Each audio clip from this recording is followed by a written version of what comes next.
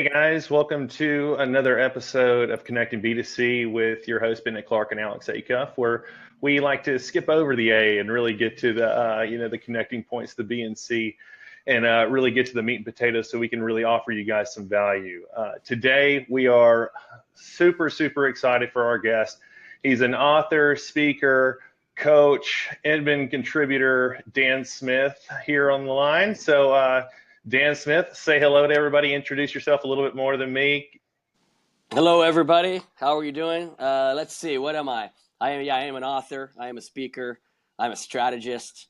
I am a fantastic dad. I am a pretty good husband, and I am a fair to middling strategist to help you in your business. How's that? I keep busy. I keep busy with a variety of things in my life these days. Nice.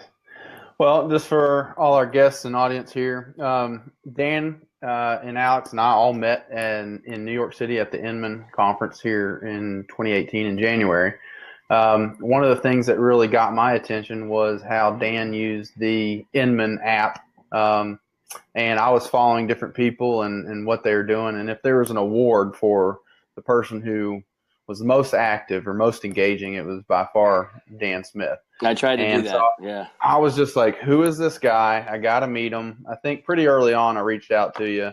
I was pretty active on it too. And I think that we just kind of naturally hit it off.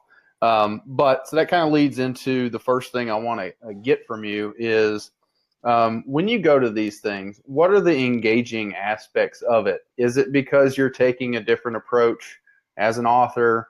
You know, I thought your content was almost like a reporter. If there's something going on at Inman, Dan knows about it. If there was something intriguing, Dan took a picture of it and posted it. And I was like, this guy must be tired because it's like boom, boom, boom, boom, boom. It's super engaging. You caught my attention. And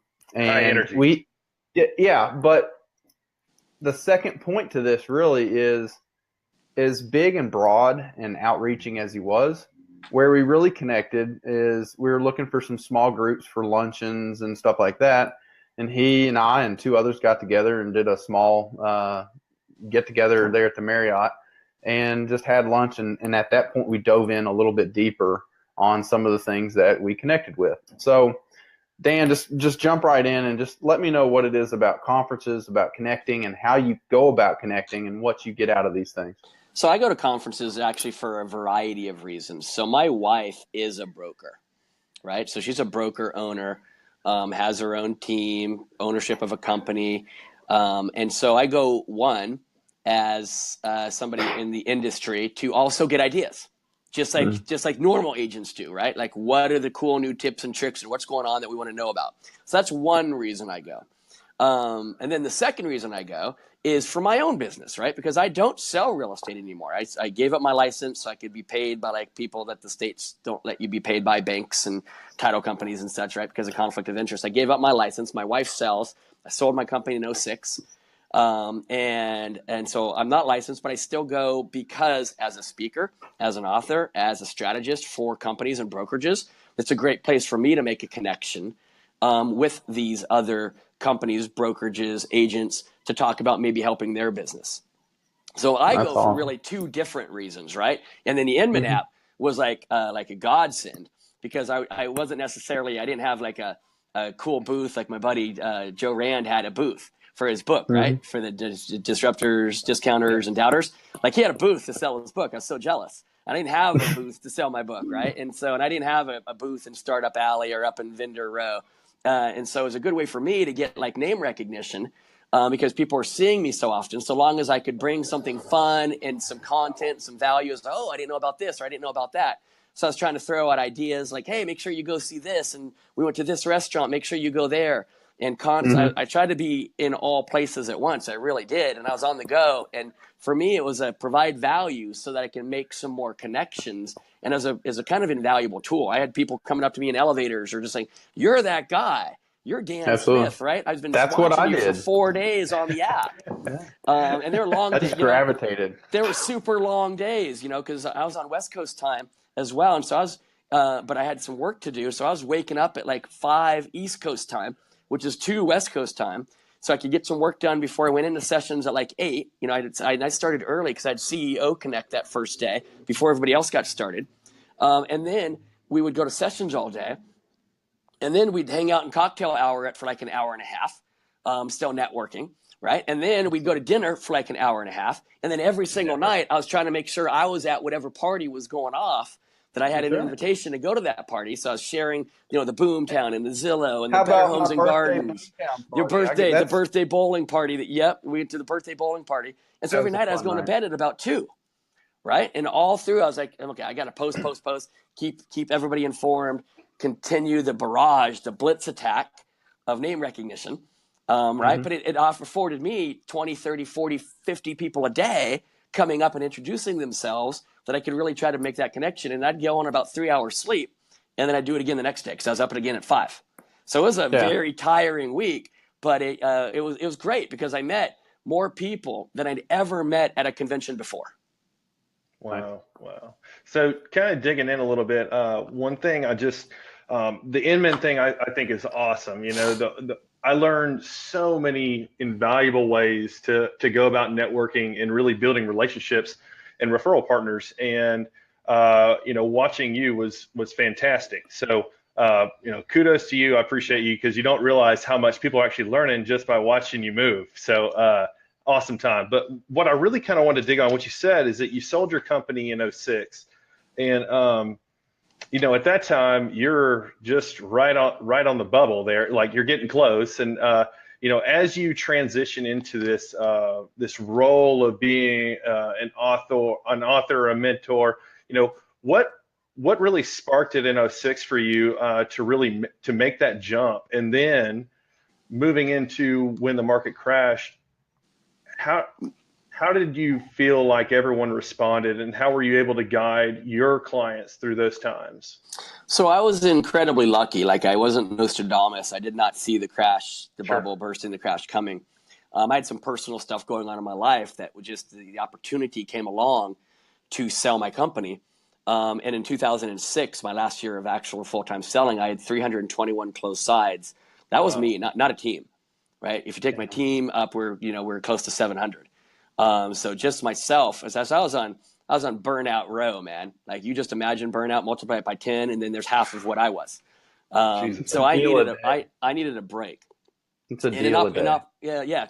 Well, not quite, because you work 367 days a year to do that kind of volume, right? But pretty close. I better step my game up. I know, right? I feel like shit right now. I need like a Harry Potter, like one of those time turner dealy bobbies, right? So I had an opportunity to sell my company. A major brand wanted to come into my market. They didn't have a presence. And they're like, do you want a partner? And I was like, no, just get me the fuck out, please. Right? So I got to get out and just sell them the company instead of like partnering up. And I took a couple years off and continued my personal meltdown, going through all that, trying to rediscover myself and what I was going to do, and becoming a better dad and stuff. And I continued to melt down a little bit in life. And then 2009 rolled around, and I had some friends who were like, man, we're really struggling. Can you help us? Can you coach? I don't like the word coach, because here's the deal. The coach tells you what to do, and then you don't do it. Like in real sports, the coach tells you what to do and you do it. But in real estate, a coach tells you what to do and you don't do it. And then week after week, all you do is talk about the things you don't want to do. And it's kind of pointless, right? So I said, I'm not going to coach you, but I'll start strategizing with you. Let's figure out what you're good at. I'm not just going to tell you go door knock and cold call. Pretty much know that you should do those things. And if you don't want to do it, that's cool. Let's figure out something else you want to do. So I wanted to come at it from a strategy standpoint. What are your strengths? What are your weaknesses? Let's accentuate your strengths. Let's decrease your weaknesses. And let's build your business with that kind of a game plan and strategy, not just your normal 25-minute bullshit coaching call. And so that's how I built up my clients. And my clients started coming to me, and they're like, can you help us out? You're not really doing anything, because I wasn't. And so I started like helping one client and then another client. Pretty soon I was like, I should probably start charging for this. Like, this is something that I can do as like a business, I think. And that took a year or so to maybe even 2 years, from 2009 to 2011, before I developed it into an actual business that, I think I'm going to do this, and I'm going to start speaking, and I'm going to start writing in it. But it kind of evolved organically in just helping a group of people that I knew who needed help, because the market was so bad. in '09. And so they kind of leaned to me for help. And I thought, okay, but we're going to do it a different way. Strategy, not coaching. So that's kind of how it came about. Yeah. So kind of between, as far as your, building strategy, what have you felt like, really since, I'd say since '06, since when you were booming and running and gun, what's probably one of the biggest new strategies, since then from 2006 to 2018? If one of the examples I give, and I happen to be talking on mine right now, so I can't hold it up, but I'd say go back to 2006 and hold your phone up. Right? Just imagine, go back to the future. Go back to 2006 and hold your phone up in front of you right now. What does it look like? More than likely, it flips. Yeah. Right? More than likely, it flips. I was looking. Pretty sure mine was a Nextel. It might have a little wheel on the side, the old school BlackBerries. It potentially has a stylus that never actually hits the spot that you're trying to hit, right? The old Trias. I think I had the first Nokia that was like, what? Technology has come so far since '06. And, this internet thing, it's not a fad, as it turns out. And so really the major strategies now are, it's still face-to-face, belly-to-belly, personal contact. That's how you're going to make $1 million. That's how you're going to have success. That's how you're going to build up a clientele. That's how you're going to capture the business, keep the business, right? Is still that personal who you are. But technology makes it easier to start those relationships, for you to find those people to then go out and have that belly-to-belly, face-to-face with. There's ways to buy leads now that didn't exist before. Now, if you're just buying leads and hoping that life is going to be easy and you're going to give them to a buyer's agent and you're going to sit back and make a ton of money, you're going to go broke, because those leads are not that good. Those leads still need to be nurtured, brought along, followed up with, right? But notes, tracking, skills will never go out of style, right? Skills will never go out of style. You're still going to have sales skills. You're going to still have to have systems for following up with people. But technology has made it easier yet harder at the same. It's never been easier and never been harder to get business if you're fighting both avenues, right? If you're like, does the technology aspect level the playing field for some people who might not be? It does. Because check this out. So it makes our market more competitive. Nothing against Redfin. Okay, a little bit against Redfin, but average agent did 34 transactions last year. Now, not for nothing, and I don't know about the whole market, right? But I can tell you, in the marketplace that I live in, Redfin agents can't close a box. Forget closing a sale. All right? That's just how it is. But maybe they're better in other markets. I get it. But a 34 per person average, right, is telling you something. And it's telling you that they're getting it. And somebody said this to me, and they're right. You got to be likable, you got to be knowledgeable, and you got to be accessible. You got to be at least two of those three. And if you're all three, you're the perfect candidate. And in my particular market, Redfin's not real knowledgeable. But you know what they are? Super accessible. And their accessibility, I think, has leveled the playing field, because they get the leads from the technology. And because they're super accessible, maybe lacking in skill, right? They're able to perform at a very high level. So it has leveled the field in a certain degree. Now, most of us don't have, $400 million in tech support sitting out there. So we can't rely on that. But we can still utilize tech a lot better to level the field with some of those big players, because they're so big, they can't adjust. They can't pivot. When the market starts to do something, an opportunity presents itself, they can't pivot with the market. Like there's this 800-pound gorilla, and we can be like nimble and quick on our feet with technology. So I think it has leveled the field some. Nice. Yeah, that's pretty unique. And I think I can speak for Bennett too. In our markets, we actually don't have Redfin yet. So all I know is redfin.com. So I do not. Inman's been telling me for a couple of years about Redfin, but I haven't experienced it in the local. Hey, and don't get me wrong, they're getting better and better, and they're figuring it out. 13 years in, they've definitely started to figure it out. And Wall Street's thrown a couple $100 million at them to figure it out now. And they have some faith in them. But historically, in this particular market, they were really bad. They're getting better, but the average agent who's out there hustling with a high skill level could still crush them if they were more accessible, right? They're already likable. They're already knowledgeable. If they improve one of the other two things. Yeah, exactly. Yeah. Well, that kind of leads into a little bit of a shift here. What about the balance between building this career and being super busy, balancing with your life, balancing the aspects that are the most important things to us as individuals, because we can't just go, go, go, go, go. You're going to drive yourself into the ground. You got to have a balance. What do you say to that? Well, you do, and I'm a professional unbalanced person, as it turns out.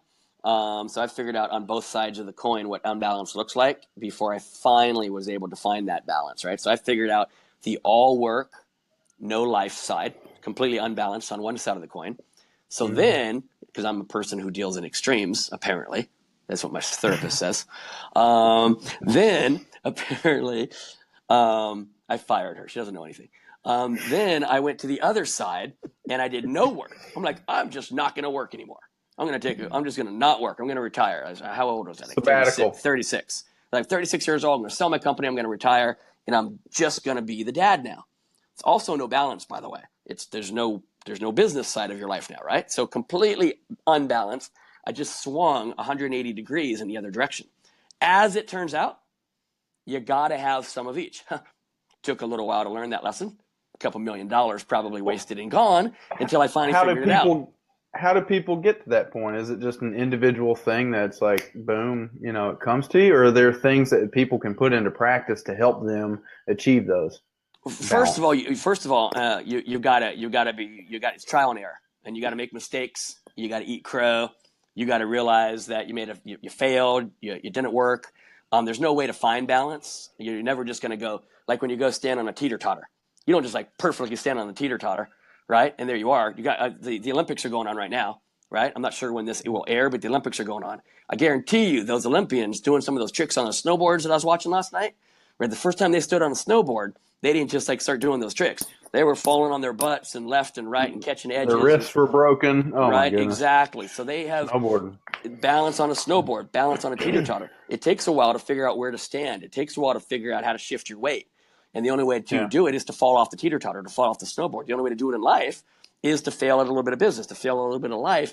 But the thing is, you got to be cognizant of what's going on, learn from your mistakes, make an adjustment, not swing 180 degrees like Dan did, make a minor tweak adjustment and see if that's balanced now until you finally find that point that's right for you. And that point that's right for you, guess what? It's not going to be right for him, and it's not going to be right for her. It's only going to be right for you, but you've got to determine what that is. Yeah. Share one thing just with everybody that I did that I was starting to get approached by my broker, my parents, just other people noticing, hey, you don't have much balance. You're working like 18 hours a day. And sometimes I still do that, but I love it. But one thing that I found when I really need to go to that balance thing, for me, it's golf. I'm a golfer. So what I do is I go to the office and I would work from, say, 8 to 12. I'd jump out of there. I play a quick round from 1 to 3 when everybody else in the world is working. See, you're a good golfer.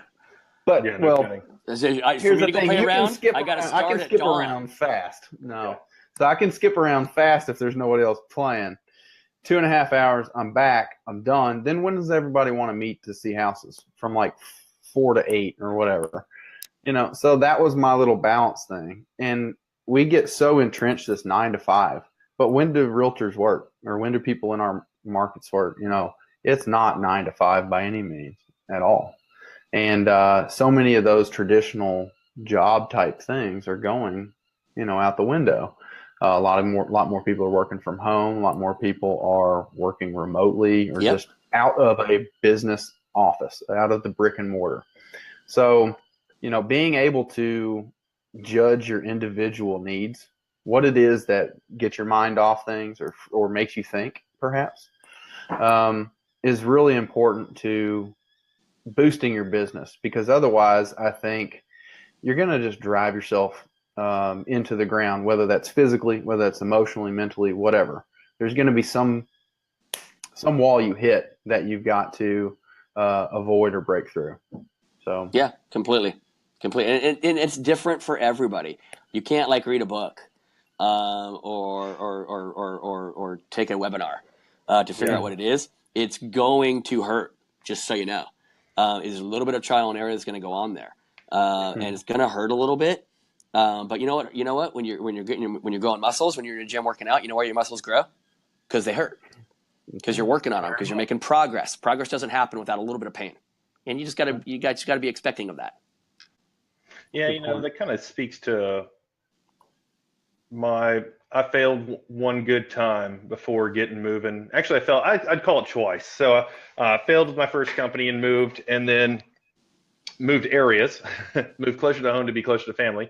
And then, my second time was I thought I could work part-time in this gig and also work another job because like my dad's a builder, so I worked with him too. And what I found out is I actually did read a book. I read One Thing by Gary Keller, and I did one thing, and I got a coach, and he pushed me to the edge, and I told my wife that I was going to take it to the edge, and we're going to take this and we're going to run it out until I fall so hard that you're going to have to drag me back home.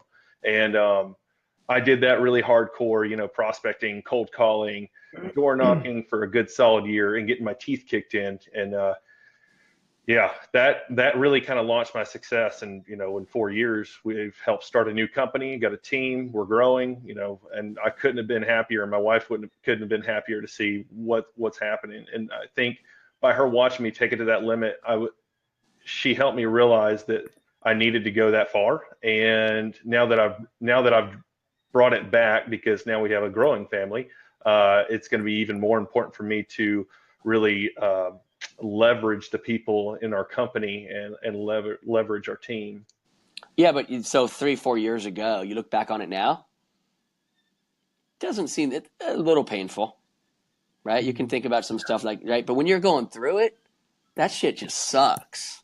Like when you're going through it, that's there's nothing more painful than living. You can't see your way out of the forest, right? You can't see your way out. Exactly. There's no light at the end of the tunnel. But you just got to keep grinding. You got to keep pushing. You got to keep fighting, scratching, clawing, digging, right? Now, 4 years later, you look back at those times weren't so much fun, right? Because it kind of gets mellowed over time. Sure. But you got to go through that. That's how you succeed. You can't succeed without going through that. Yeah, that's really the biggest advice I've ever given to a new agent if they ever ask me for it. It's just, be willing to fall on your face, take a leap of faith. If you screw up, who cares? And then the follow-up question to that is somebody says, well, how do I do that? And I think the answer to that is just be yourself. Like, just do you, and the rest will take care of itself. You can motivate yourself. You can introduce the things that you're interested in, and people will naturally connect to you through those avenues. You don't need to take this shotgun approach. Yeah. We don't need to scatter. But it's mental. How do you do it? Oh, you decide. It's all mental, right? You decide. And once you decide, then there's no more issue there. I've talked to a couple people in the last couple of days on a couple things on Facebook about this. Your goals, your dreams have to be bigger than your fear of the rejection and the failures you're going to run into along the way to achieving them. Right? If you're so concerned with your rejection and the fear, and that's what's stopping you, then your goals aren't big. Your goals have to be bigger for you to go through that. Like, I'm going to go through it, but that's okay because my goals are that big. And as long as your goals are bigger than the fear, the rejection, the failures you're going to hit, that's how you succeed. And I think that's a perfect lead into this guy. Hey, that's a good book right there. That's a good book. So tell me, why don't you just, all right, I'm going to go ahead and let you know, since you've given it to me, I have not read it yet, but it's right down my alley. I've already. Because it's short? It's down your alley because it's short? No. I will give you an example. All right. So if I already know that once I read this, my follow-up book for people is going to be, go read The Obstacle is the Way. And what reminds me of it is your quotes here before each chapter from different folks here. The first one there's from Henry Ford. If you look at some of the people throughout history and how they've taken on tasks or obstacles in this, sense, they have a different mindset, or they are unafraid of this while the majority of people might be. So go into what this is about and tell us why you pushed the envelope, where you came from, what made you do this, and why it's such a important thing to you. So it's a little autobiographical. As I began climbing out of my hole that I'd created for myself after the sale and some personal meltdowns and lack of balance on both sides, and starting to finally find a balance, and speaking, right? Because I'm speaking now. I was speaking well before I was authoring. People said, man, you should share that story more. You should write that story down because it's powerful and it resonates. And I thought I was the only one who was going through that. And that would have been so helpful for me to have like had a crutch to lean on or something. And so it's kind of an autobiographical book that takes you through the meltdown and then the dig out, and how failures are not a bad thing. A lot of stuff in there about how failures are not a bad thing. I tell people that I work with now, don't be afraid to fail. The smartest people in the room are the people who failed the most. We all know that. And so here's what I actually encourage. Don't go out there and fail slow, fail fast. Go out there and don't make 1 or 2 mistakes this week. How about 1 or 2 mistakes this hour? Because if you can make 100 mistakes in a week, you're going to be a lot smarter than if you make 100 mistakes in a year. You can get a year's worth of mistakes and learning and lessons and this and that and trial and error out of the way. So fail fast and fail greatly. Don't be afraid to fail, and understand that failure is a necessary ingredient to success. If you're not failing, you're not doing what's necessary to actually succeed. You're just going to be stuck. You're going to be flatlining, right? Mm-hmm. So when you think about a heartbeat, it's got ups and downs, right? When a heartbeat's going like this on the monitor, what does that mean? You're dead. It's not good. Right? You got to have some ups and downs, and you got some fail. Oh, great. Oh, fail. Oh, great. That's just how you succeed. If you're not failing, no matter what level you're at, you're never going to be succeeding either. And so the book is like kind of my story about what I went through personally, professionally, opportunities that were there that I missed, opportunities that were there that I grabbed a hold of, how one built on another, how other people, everything I talk about is how other people can then use those exact same things in their life. And there's goal setting in there, a lot of stuff about gratitude, a lot of stuff about understanding where you're at, and being a lot of stuff about graciousness. Because I was kind of like a pompous ass at one point in my life. And so it's a very autobiographical journey about how to fail, how to learn from it, how to use those failures to ultimately become a success. Yeah. Available on Amazon. That's what I hear. Absolutely. We'll post it for sure down below for all our audience members. Alex, what you got there on that? Well, I just kind of listened to that, and I like how you really went into being gracious. And, I really just want to ask you, the whole time I'm sitting here thinking about it, I'm like,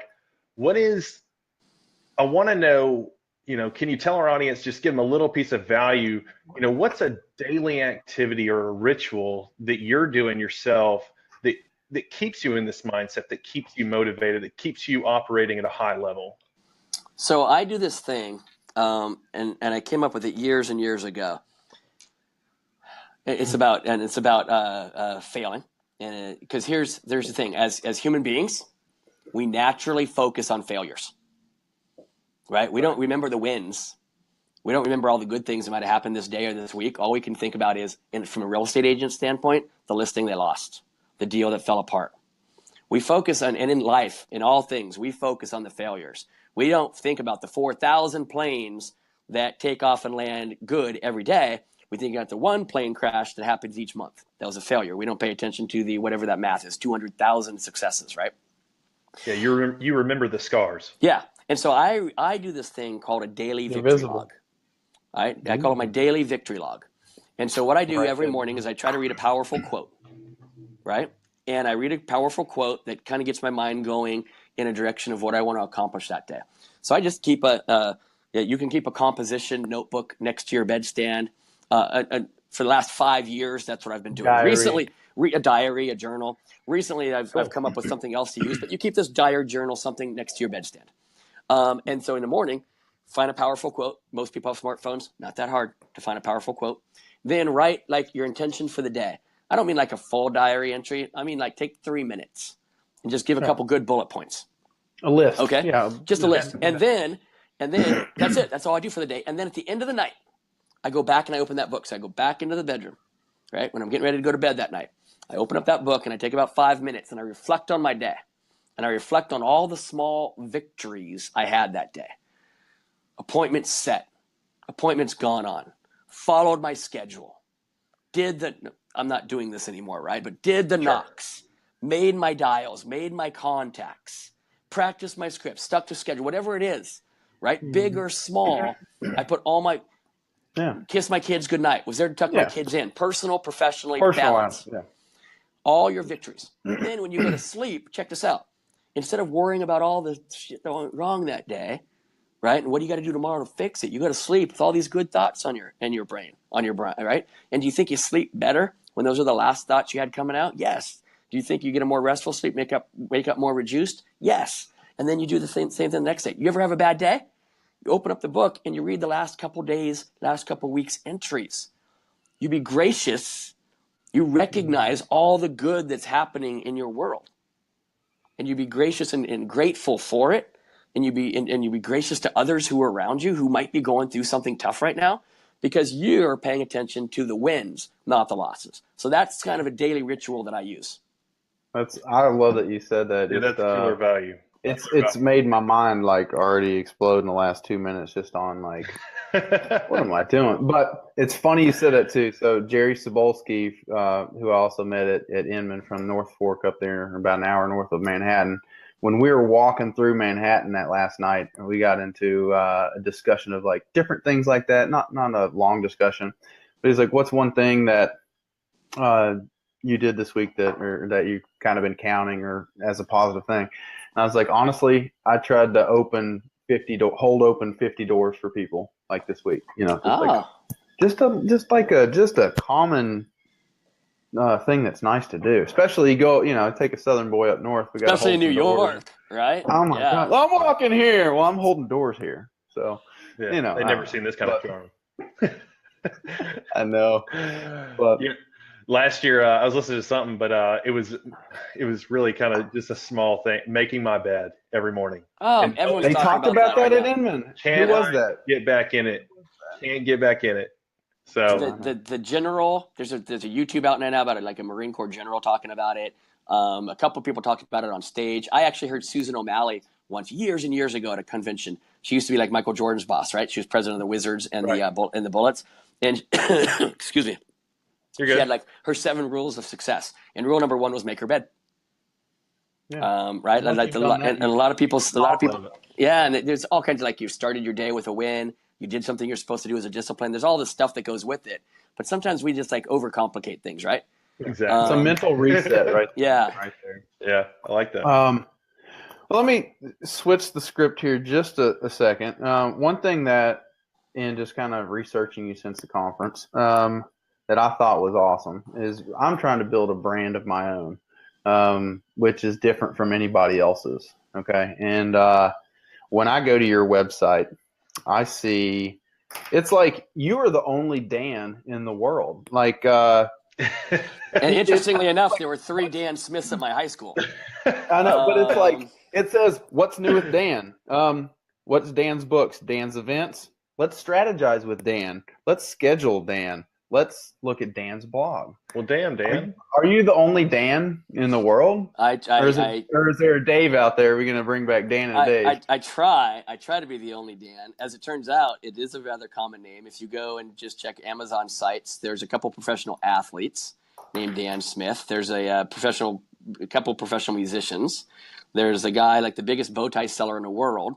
And so it's very difficult to distinguish we got to hook him up with Nick. Yeah, right. It's very, very difficult to distinguish a Dan Smith out there. So I've tried to, and I've branded myself because of that. Dan Smith was gone everywhere. Dan Smith was gone like in 1981 or something, right? Like on the internet. So I've branded myself as the by Dan, right? Like the author, because Dan Smith is gone. But you got to identify your brand. You got to identify your uniqueness. Mine's an author, right? So I can say by BY. By Dan is my license plates. By Dan. And everything on every social media account is by Dan Smith this, by Dan Smith that, on Instagram and Twitter and Facebook and the website.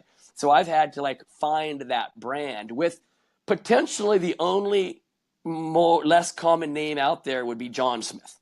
Like I think it's the second most common name in the United States. And so it is a difficult brand to get people to recognize. So that's been a struggle of mine, but I've really worked hard at it. Yeah, dude, you did an excellent job.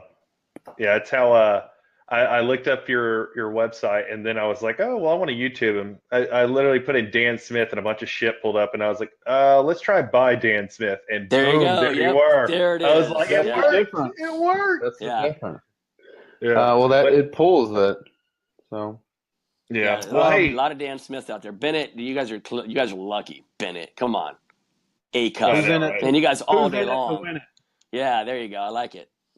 So hopefully I've provided good ideas and good content for your viewers here today. Absolutely. I mean, the biggest thing for me is like we started, the connecting point. All right, you spoke to me without even face to face. All right, I grasped onto the concepts that you were throwing out at the conference.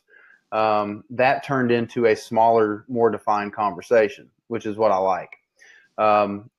One tactic that I would just suggest to people who do go to conferences and are sitting there listening to people on stage, this is my little trick for the conferences. Send them a direct Facebook message to not everybody, just the people that directly hit home with you, and say, hey, I'd love to just ask you a question afterwards. What's the first thing they do when they get off stage? Boom, they look at their phone. I can't tell you how many times that's worked and got me just that 30-second conversation right after somebody gets off stage. That's a great idea. I mean, it's just simple. And I can't tell you how many people I've connected with that way. So I'd really urge people to do that. Sometimes it works, sometimes it doesn't. Everybody wait, if you would, wait like 60 seconds so that Bennett and I can have the first text messages on their phones. Then you guys can go right after that. Well, hey, speaking of that, we're gonna wrap this thing up. And Dan, the content today is just on point. Just absolutely on point. We really appreciate the value and what you've really offered to our viewers. And, if anybody has any questions or wants to reach out to you, I'd love for you to, plug yourself, plug where they can find you on Facebook, Instagram, Twitter. They call you, email you, or where they can buy your book by Dan Smith. All right. So, bydansmith.com, B-Y. Although for the illiterate, I've also locked up the B-U-Y. But bydansmith.com. And on Twitter and on Instagram and on LinkedIn, every place, by Dan Smith, you're going to find me. And in the digital world, on Amazon, you can just type in Dan Smith or Failing Greatly. If you go to books, it's pretty much going to be me and like one fiction writer, so it gets narrowed down. There's still a #1 best-selling fiction writer who's written like 87 books named Dan Smith. So I do have 3 books on Amazon now. I have Failing Greatly. I have and a couple planners and things that are out there. So if you go to Amazon, you can find me. If you go to Inman, when reading into my stories, you can go to Inman and do a search for Dan Smith and find me. And if you guys ever have any questions, want to talk to me, ever need a speaker, I know a guy who knows a guy who knows a guy. I'd be happy to talk with you about that. That's awesome, man. Hey, I just wanted to email Dan at bydansmith.com. And we'll post all that stuff below so you guys can just have a one-click link right to them.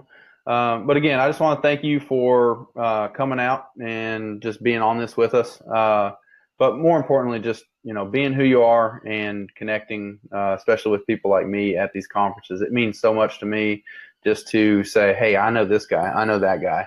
And it's my pleasure, man. that makes me just so much better because I grow through everybody else. So speaking of, I just started a Facebook group. I forgot to mention, literally started it 3 days ago, and it's called Failing Greatly Daily Lessons. So if anybody wants to join, Failing Greatly Daily Lessons, it's just a group, private group, and basically what we're all doing is we're like, here's how I failed today, and here's what I learned from it. It's not a public group, so like the general public can't see all your failures. You don't got to pull your pants down in front of everybody. But the people in the group can see it, and we're kind of sharing, here's where I failed, here's what I learned. And it's been a good interactive forum. We've just kicked it off, maybe 50, 60 members in a couple of days. But if anybody's interested, just hit the join group, and I'll let you into it too. We're not there's no rules for getting in. You're not allowed to go in there and plug business. It's only about talking about your failures and what you're learning. Right. We'll leave all those in the show notes. We appreciate it. All right. Well, thank you guys so much for plugging into Connecting B2C. We've had Dan Smith on here who's really brought us some great content. And cannot wait to get you back on the show. I'm sure there's so many things we'd love to ask you, but we're going to have to hold off and let everybody wait a little bit. So thank you so much, Dan. Thank you, Bennett, for hosting, and we will see you guys later. Sounds good. Thank you very much. Thanks. All right, guys.